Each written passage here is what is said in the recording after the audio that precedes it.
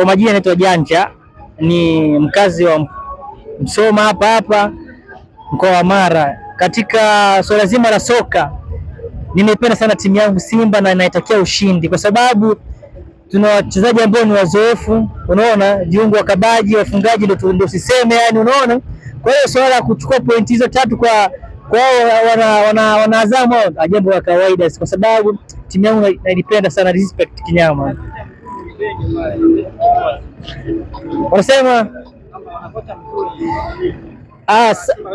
hapana, yani hapo hamna cha kocha mzuri wala cha nini, yani cha msingi pale hapa anakaa kabisa, yani kwa Simba Msimbazi hapo wekundu, yani unaona hiyo imeisha bro, yani hatuna muda wa kupoteza. Sisi tunampiga mtu, yani tunampiga mtu 3 kavu mwanangu, hii ikiwezekana 3, yani akilemaa sasa tunagonga hata 4. Sasa tuelewe yani Simba damu bigi, wewe mwenyewe unaelewa.